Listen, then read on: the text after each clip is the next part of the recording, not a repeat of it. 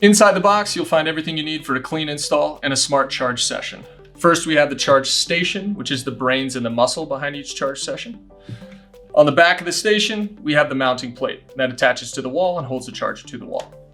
Coming off the bottom of the station, we have the power supply, which is available in either a 6-gauge hardwire whip or a NEMA 1450 plug.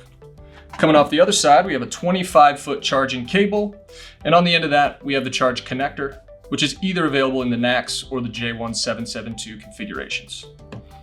Next, we have the charge connector holster and has a built-in cable management system, and this can be conveniently located next to the carport on your vehicle.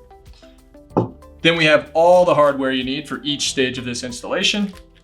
And lastly, the installation guide, which will walk you through all the steps you need for this installation, as well as how to set the charger up in our app. Award-winning, affordable, and powerful, the Emporia Classic Level 2 EV charger is ready to charge your EV smarter and faster.